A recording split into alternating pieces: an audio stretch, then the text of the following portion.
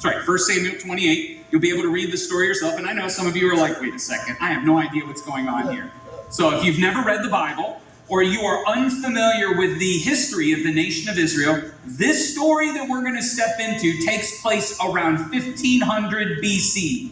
And just to get you caught up, the nation of Israel was slaves in Egypt, and then Moses came and rescued them from the Pharaoh, and they traveled across the wilderness. And then Joshua brought the 12 tribes of Israel into their ancestral home, the home that Abraham lived in about 1,000 years before. And then the 12 tribes dispersed through the nation of Israel to begin to establish their tribes and their families, okay? And so for about 500 years, it was vigilante rule. And if you read the book of Judges, there is some crazy, crazy stuff that goes down there. You'll be hearing one of those stories probably in the next few years at Halloween weekend, okay? Just a little Easter egg. So it was like vigilante rule, but in that 500 years, near the end, an individual by the name of Samuel was called by God at a young age. And he was a prophet and a priest. What does that mean? It means that he connected people with God. He helped people understand who God is and what he was up to in the world. But he also connected God with the people. He helped the people understand who God is. And so he played a role in both. He would travel around from tribe to tribe and help people understand who God is. And one of his final assignments was to find a king for the nation of Israel. Do you know who the first king was? That's right. The first king was Saul. And what you're seeing here is the kind of the end of his life. The Bible describes Saul as tall, dark, and handsome like me, okay? If he would have been featured in, People magazine, ancient version of People magazine, as the sexiest Israelite alive. I mean, he looked the part of a king, and his job was to unify the 12 tribes of Israel, to protect them, to help grow the nation, and to govern God's people under God's leadership. And he was successful at first, but eventually he begins to drift. And he feels or experiences this tension that maybe you can relate to. And the tension is this: do I trust God's path, or do I try my own way? In some ways, God invites each of us to settle this question in our own choose-your-own adventure. And so for Saul, when God didn't move in his timeline, at first he trusted him, but then eventually he just started doing his own thing and hoped that God would somehow give permission while Saul was doing it. When God said, trust me to provide, Saul began to say, no, I think I'm going to keep some things back for myself. And so even though God was patient, Saul consistently kept going down the path of doing things his own way. So much so that God sent Samuel, the prophet and the priest, to give a message to Saul from God that you're no longer going to be king. God started looking for another king. And that king was a shepherd boy by the name of David, which maybe you've heard the story of David and Goliath. Mm-hmm. And Saul ignored that message from God. In fact, he tries to kill David. Mm-hmm. Literally, several stories. Tries to eliminate David. He doesn't want to trust God's path. He wants to try to do it his own way. Mm-hmm. And so he finds himself in this interesting crossroads that we're going to step into. So let's start again. Meanwhile, Samuel had died, and all of Israel had mourned for him. And he was buried in Ramah, his hometown. And Saul had banned from the land of Israel all of the mediums or witches and those who consult with spirits of the dead. So he's doing a good thing. What's interesting is outside of the nation of Israel, there were witches and mediums and those who used witchcraft or dark arts to try to get insight or spiritual power. This would have been common outside of Israel, but not so within Israel. Why? People are willing to try all sorts of things to get ahead in life. And so Saul's trying to do the right thing. And while he is banning all of the witches from Israel, the Philistines set up their camp at Shunem. And so Saul gathered the whole army of Israel, camped at one side at Gilboa, against the other side, Shunem, where they were kind of looking at each other. And when Saul saw the vast Philistine army, he became frantic with fear. Like if you've seen the movie 300, you can visualize this, right? One army on one side, the other army on the other. If you see Braveheart, 300, any kind of old style battle, they try to intimidate each other. It kind of reminds me of grade school recess or gym class where you're playing dodgeball. And both teams are at the back end of the gym and they're waiting for the other side to make the first move. So this is Saul, the nation of Israel, against the Philistine army. And Saul realizes he is outmanned, outgunned, unsure, insecure. He's frantic with fear. So what does Saul do? Well, he asks the Lord, what should he do? But the Lord refused to answer him, either by dreams or by sacred lots or by prophets. It's like, God, give me direction. Tell me what to do. He prays first. He gets radio silence. That's creepy. He asks for a vision. Give me a picture. Give me a dream.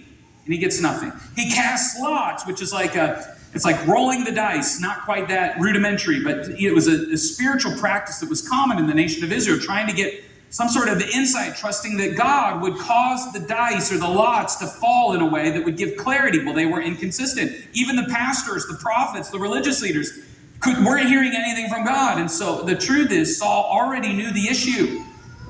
Samuel had already delivered the message, but instead of trusting God's plan, he keeps trying to do it his own way.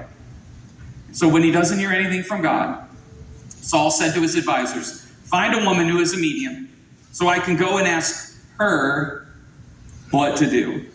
So his advisors replied, there is a medium at Endor. So think about this. Saul asks for a witch. He asks for a medium. He asks for the witch of Endor. And all the Star Wars fans are like, oh my goodness.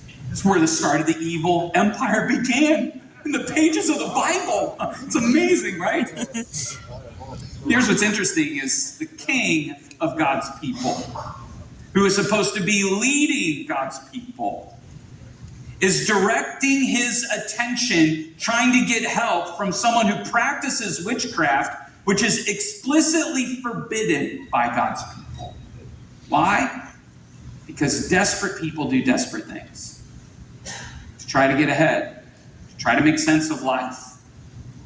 Imagine that maybe you can relate to that the same way that I can.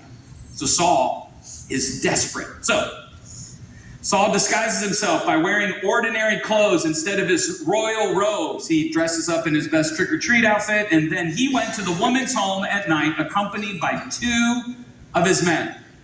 And so as he is on his way to visit the person, the witch that he banned from all of Israel, he says to her, as a stranger, I have to talk to a man who has died. He said, will you call up his spirit for me? So the woman said, are you trying to get me killed? The woman demanded. You know that Saul has outlawed all the mediums and all who consult with the spirits of the dead. Like, are you setting a trap for me? Like, is this undercover king? Like, I used to do that. I don't do that anymore here, man. I'm not falling for that trick. I don't do that. I'm clean. It's like I don't participate in that. But Saul is so desperate. Notice what he does next. Saul took an oath in the name of the Lord and promised, as surely as the Lord lives, nothing bad will happen to you for doing this. Oh, the irony. He takes an oath, he makes a promise in God's name, doing something that God forbids, trying to discover an answer to a question that God refuses to answer from a woman, from a witch, who isn't honoring God's way of life. And initially the witch doesn't believe him. So this man, to her, continues to insist and beg and plead. And so finally, it says, finally, the woman, well, whose spirit do you want me to call up? Hypothetically speaking, if I could. Saul says, call up Samuel. So she gets to work. I think we need the music for this. I don't know what she actually does, okay? If you've seen, Ghost, it's an old movie, but Whoopi Goldberg and Ghost, she does all this stuff to try to conjure up a spirit. Most of it's fake, but here's what you notice. As she's getting to work, when the woman saw Samuel, she screamed. She screamed, ah! Why did she scream? I think in part because it worked. She saw Samuel. She's like, oh my goodness, it actually worked. I speculate most of the time it was fake, But all of a sudden, Samuel starts, and then she noticed who it was, and she realized that this wasn't just a stranger. No, you deceived me. You are Saul. This person was asking for Samuel. This is the king. She feels like she's been caught. Her life is flashing before her eyes.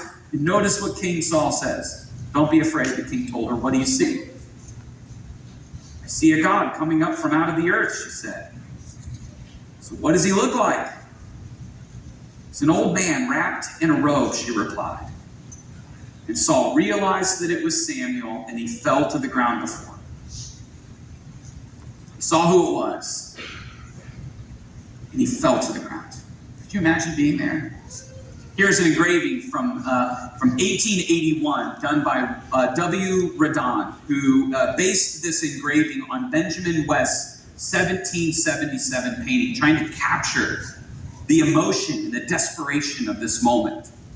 Saul is on the ground, probably shocked that it worked, and relieved that he could get an answer, and is desperate, so desperate, that he bows down before this spiritual being of Samuel as if he is God himself. So, what does Samuel say? Why have you disturbed me by calling me back? Samuel asks. It's interesting. Interesting language. He's been called back from another place. And he's disturbed that he's been called back. He's like, I was in the middle of pickleball with Mo and Josh, right? Moses and Joshua. What do you want from me here? Like, why are you seeking me? So Saul, he's like, because I'm in deep trouble. Desperate people do desperate things. I'm in deep trouble, Saul replied. The Philistines are at war with me. God has left me and won't reply by prophets or dreams. So I've called for you to tell me what to do. Samuel, I don't know what to do here. Will you help me? Will you give me an answer? I'm in trouble. I'm desperate. Here's what Samuel replies. Why ask me, since the Lord has left you and has become your enemy? Now, it's interesting. When some people hear that, they think, in part, that God is an enemy with Saul, when in reality, Saul stopped trusting God. Saul is the one who has resisted him. In many ways, Saul has said, God, you are my enemy. Because he's become your enemy, the Lord has done just what he said he would. He's torn the kingdom from you, and he's given it to your rival David. So, Samuel's like, why are you asking me for what you already know? Like, why are you surprised? You stopped trusting God. Even now, what you're doing isn't trusting God. You're not looking for direction. You're not authentically asking, God, what do you want me to do? You're looking for assurance that you're going to be okay. You want God to bless your wants instead of trusting his ways. So you made your choice, Saul. Now here are the consequences. What's more, the Lord will hand you and the army of Israel over to the Philistines tomorrow. And you and your sons will be here with me. And the Lord will bring down the entire army of Israel in defeat. Saul, you knew this day was coming. And it's arrived. Today's the end. Perhaps you're sitting there thinking, man, that's really harsh. I thought God was loving and gracious, patient. And the truth is, he is. But Saul wasn't confessing. And he wasn't trying to submit his life to God. He was trying to use God. He was refusing to trust God. He was trying to leverage God to do his own will, and it finally caught up with him. And so when Saul heard the consequences, Saul fell full length on the ground, paralyzed with fright because of Samuel's words. He collapsed, right? The next day, as Samuel said, the Philistine army attacked. Saul would die. His son would die. Israel would face defeat, and it would appear as if the nation of Israel would be lost forever. That's a crazy story. 1 Samuel 28. And maybe you're like, well, what does this have to do with our life? Like, how does this apply to me or where we're at today? Like, what does this have to do with us? What can we possibly learn? There are 3 observations that I think are important. The first is that the spiritual world is real. Second is the afterlife is real. Third, the consequences. The consequences, there are consequences, and they are real in your life and in mine. And I know some of you may be going, well, this is just a made-up story. It's some ancient religious fairy tale. I get it. And so you can either trust what God says, You can continue to navigate your life on your own terms. My invitation to you would be, even if you're exploring to be curious, to be open to the fact that maybe your perspective isn't fully complete. I mean, that's ultimately what this story invites us into, right? And so let's think about the spiritual world. I mean, from a biblical perspective, and increasingly so, even in the scientific community today, there is more and more evidence that you're not just a physical being. There is a spiritual world. In fact, there is a spiritual battle going on around us that you may or may not be aware of. First century pastor says it this way: we are not fighting against flesh and blood enemies, but against evil rulers and authorities of the unseen world, against mighty powers in this dark world, and against evil spirits in the heavenly places. Do you think about this? Like, are you aware? Like, you don't need to be afraid, but we need to be aware. Why don't we need to be afraid? Because Jesus says that there is no authority greater than him in heaven and on earth. He has all authority. So you can trust him in the battle that is going on around us, or you can try to face that spiritual battle on your own. You can experience and trust God's power in your life, or you can muster all the power that you have to try to navigate life on your own in the midst of this. And so here's a word of warning. God's enemy is interested in you. He's actually just as interested in you as God is, but he doesn't have the same outcome in mind. He wants your attention. And God's enemy will offer you power, insight, will promise life to you. And the problem is, when we get desperate people do desperate things. We can begin to open ourselves up to the spiritual world in ways that you may not even realize. Like, if something is offering to give you power, success, spiritual insight on your life and your future, and that power isn't a part of God, I would banish it from your life, the same way that Saul started to do. I would run the opposite direction. You can open yourself up to God and get more of God in your life, but the opposite is also true. If you open yourself up to not God, you'll get more of what is not God in your life. So what do I mean by that? Let me give you a few examples.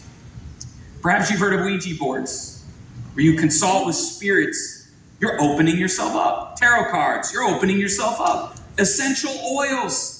Have you heard how those people talk? They think it's going to save the world, okay? I'm kidding about essential oils. Sort of. Whatever. Horoscopes. Think about the movies that you watch, the music that you listen to, the entertainment or the video games that you allow in. All of those things can begin to plant thoughts, paths, even spiritual presence in your life. So have you ever considered what power you are trying to access? Is it God's power? Is it godly? I'm not saying you need to go home and have a book burning party, but I think it's important for you to be aware. The spiritual world is real. And the more you allow that power that is not of God to have access to your life, the more it has you. One of Jesus' disciples said, "Dear friends, do not believe everyone who claims to speak by the Spirit or claims to have spiritual power. You must test them to see if the spirit they have really comes from God. For there are many false prophets in this world. There are many voices, many things that promise you and me all sorts of blessing and life and prosperity and insight." So how do we know what to trust? If someone claims to be a prophet, a voice, a spiritual insight, a power, and does not acknowledge the truth about Jesus, that thing, that person is not from God. What is the truth about Jesus? That he is the way, the truth, and the life. Nobody comes to the Father except through him. Yeah. That he is the Son of God, come in human form to give his life as a sacrifice for our sin, came back from the dead to give us hope of eternity in him. He is the King, our Savior, and our Lord. So test the things that you're leaning into.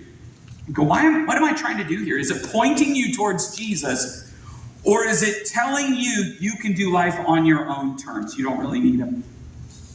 In the news recently, there was some story around the popular tattoo artist Kat Von D. She shared her video of her baptism. She's gone public with her faith in Christ. And what is created some interest around that is in the process, she gave up the practice or the fascination with it's called macabre, it's like horror, dark spirits, death, some of that stuff. And when asked about that, here's what she said. She said, I just had to ask myself, what's my relationship with this content? And the truth is, I just don't want to invite any of those things into our family's lives. She's aware. It's not just entertainment. There's more to it. What are you inviting into your life? What are you dabbling in spiritually? Like, what are you allowing yourself